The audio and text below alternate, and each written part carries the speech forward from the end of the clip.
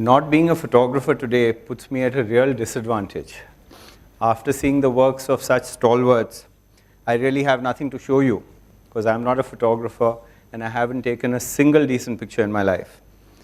So I thought instead I'll speak to you about looking, about seeing, about dreaming, and about the different eyes that look, see, and dream.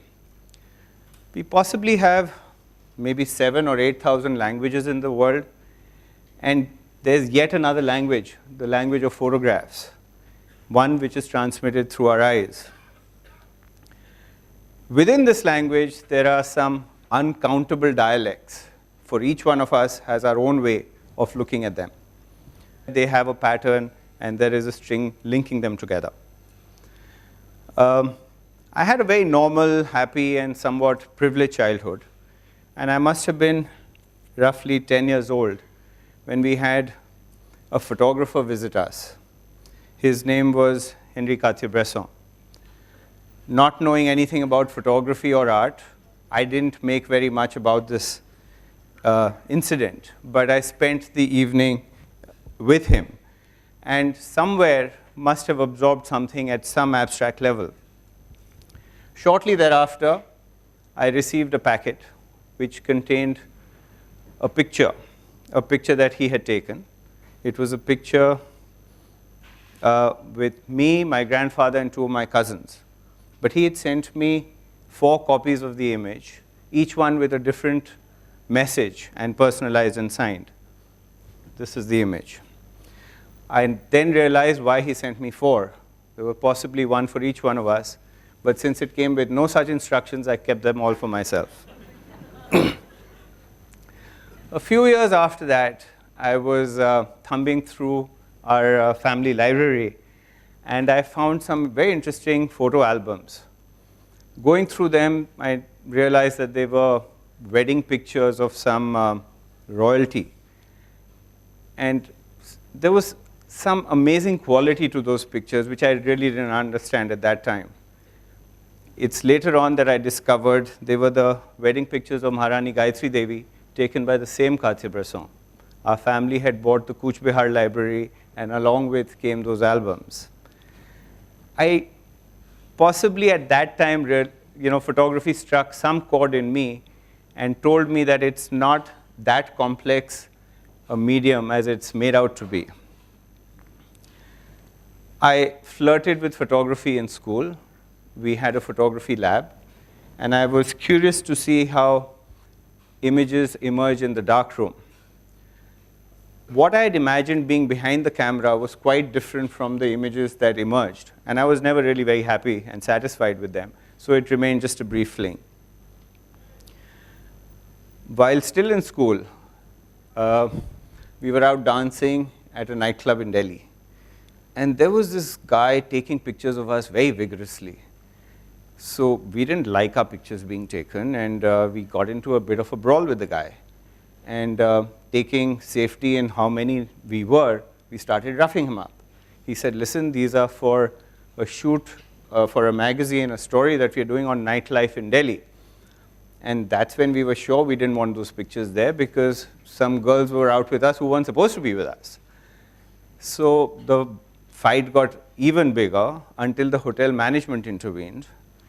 And then they said that, you know who you're fighting with? It's the great Raghu Rai. Suddenly the fight ended and we all started posing for him instead. A few years thereafter, I had the occasion to watch a movie on 3 women photographers. And that was the first time I saw the work of Dayanita Singh. Those pictures just blew my mind. They were extraordinary images. And extraordinary images of ordinary moments in ordinary people's lives. Here is one such picture that I saw. It was possibly for the first time that I saw photography as art. Dayanita became my guru, my mentor, my friend. She introduced me around to fellow photographers, and one of them was Prabhudo. That's when my love affair with photography really started. 8 years thereafter, in a long conversation with Prabodh, the dream of setting up a gallery for photography was seeded, and Tasveer was born. 5, 6 random happenings over a period of 25 years with no apparent connection. But with the vision of hindsight, they all seemed interlinked. I had been an art collector for many years and was getting rather bored with it at that time. It seemed to be a formula, something that artists in India were turning out almost monotonously. And that's when photography entered my life. And I said, here is a medium which has possibly I've looked at, but I've never really seen. And it was such new energy and a real breath of fresh air. The excitement that I had at that time for collecting art when I had started is the same excitement I feel for photography today. And I do believe it has a fantastic future. During my journey with looking, I realized that it's not just what you look at, but the way in which you look at it. The context plays a huge part in that. And along with it, it's the context that you personally bring to the image.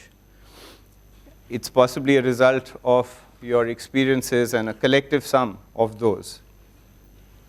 I realized that the more I saw, the more I experienced, and the more I experienced, the more I saw. A picture is a picture, but there's just not one way of looking at it. Every photographer has their own unique vision, which they're trying to show us, and we possibly haven't ever seen it before that way. In return, we respond to it with what we bring to that image. We started Tasveer 6 years ago, and we started with 4 branches: Bombay, Delhi, Bangalore, and Calcutta. It was later that Ahmedabad got added when NID started their course in photography. We really wanted to share the joy that we were getting out of pictures with whoever else was willing to listen to us. It possibly didn't make commercial sense to have a gallery for photography. And to some extent, I would say it doesn't make commercial sense even today. But somewhere down the road, it became a passion, it became an obsession, and it became a need. The debate was raging on, is photography art? I'm glad that it's been answered well in photography's favor. Photography really is more than just art. The role it has played in documenting and in the historical context can't be denied. I guess the combination of the historical as well as the artistic expression makes it the exciting medium it is. That's an image by Christopher Taylor, and I don't know if you would call this history or if you would call it artistic or if you would call it a combination of them both. It's been 6 years in this journey, and we've tried to explore various genres of photography, both by artists who may have shown with us for the very first time, as well as photographers who've been widely exhibited. Here is an image by Shrikant Kulari. I think it was his first show in India. And here is another by the famous Magnum photographer Martin Frank and wife of Bresson. Art has really changed considerably over the years. Initially, photography wasn't even considered art. Thank God today it is included. Then came this debate about what is pure photography. Is it the decisive moment when you click it as it is? Or can you alter it? Then came pose photography, came photo montaging. Today, I believe it's more about image making, and whether you're using Photoshop or technology and digital alterations, everything's kosher. Here we have a series from an Indian from India by Anu Matthew, where she's used technology, and one by Karen Noor called The Peacemaker, where again, the tiger wasn't on the Maharaja of Jaipur's throne, but was put there later on. It's the very same pair of eyes that we use whether we look at a painting or a photograph, or for that matter, even life. Sometimes we do wear different lenses, and occasionally also various filters. I couldn't help put this picture in there. This realization made selecting and choosing and looking much more fascinating at pictures as to what we should show. Here is an image of Norman Parkinson, done in India in the 1950s, showing India as a fashion destination. Here is an image by Rajiv Dey, a much more socially minded picture from his Life and Bridge series. That's an image by Nicholas Vreeland of His Holiness. And here's from Swapan's show that is on at NID right now, a slightly more poetic and an abstract work. What we at Tasveer believe that the success of a picture or an exhibition is not just for your aesthetical enjoyment and appealing to that one sense, but when you really start questioning that sensibility. Why do I respond to it the way I do? Is it because of my interest in fashion? Is it because I'm socially minded and therefore I'm responding to it? Do I like the technical brilliance of that picture? Or is there something nostalgic about it, something that reminds me of my past? Since the invention of photography, I think it would be fair to say that the way people look has changed, and so also the way the world is depicted. Here is a formal portrait from the turn of the last century, a formal, straightforward way of looking, almost reminiscent of the way miniature paintings were done. That's a much more relaxed street photography portrait from the mid-20th century by T.S. Satyan. There's one stage photography from the 21st century by Shadi Ghadiria. I guess it would also be fair to say that the way we look has changed. I'm sure nations collectively also look at things differently. Possibly the way we as Indians look at a picture is different from the way the Chinese do, or for that matter, the Europeans. Photographers do borrow unconsciously, subconsciously, from other cultures, from other photographers, and sometimes from points in history. Here's the quintessential French photograph by Marc Ribot of the painter of the Eiffel Tower. I don't know why, but I felt that there is a European way of looking at this, to a rather Indian way, the way Sehwal would look at a street scene. And here is a rather Chinese way of looking. This is an image by Yang Yongliang, and it's photomontaged, reminding one of the scroll paintings from China. These may be rather literal examples that I'm giving you here, but sometimes they're actually very subtle. Unraveling these is another joy that I've discovered in looking at pictures. At Tasveer, we started an award for young photographers about 4 years ago, and we teamed up with Toto Funds the Arts. This is to reward somebody who's under the age of 30. And I'm happy to say that a lot of these photographers have in turn gone to win greater awards and accolades internationally, and some have been picked up by interesting galleries from around the world. Here are two of our latest winners last year. That was Vidisha Saini from her Pratibimb series, and Siblings from Haris Pathirikodan. What Tasveer is also doing right now is an online gallery. I'm happy to say that it goes online today. It's called Tasveer Online. It's a digital archive where we are wanting to show emerging as well as established talent. Two of our inaugural shows are Mahesh Shantaram's Matrimania and Ratna Khanna's Reposition. My biggest dream for Tasveer is really to have a museum for photography to solidify the importance of this medium.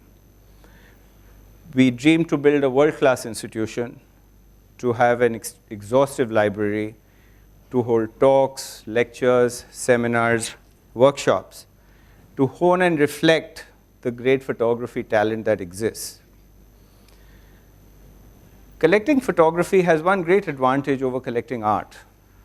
The fact is that there is generally not just one original.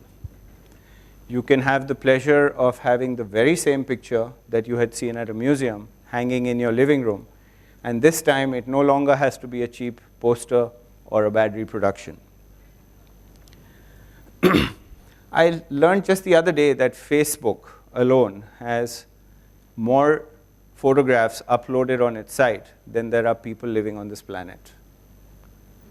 And Facebook is just 7 years old. I think it would be fair to say here that every other year, more art using the camera would be produced than all the art using a brush has been from the beginning of mankind. Looking and seeing, though they seem the same thing, they're actually quite different. Sometimes we don't even see when we are looking straight ahead. And yet there are times when we see very clearly when our eyes are shut. I couldn't resist this picture. This is by the Italian photographer Maimuna Guresi. And though her eyes are open, I wonder if she's looking, if she's seeing, is she dreaming? You know, we go on about this eye and that eye, and then somebody says he has a good eye. What do they mean by that? Which eye are they talking about? Is this the third eye?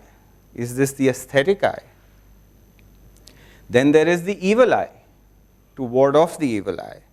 Then you also have the eye of your conscience. How many eyes are there? We've even heard of the mind's eye and the inner eye. I wonder which eye I used to see and which eyes I used to dream. Thank you.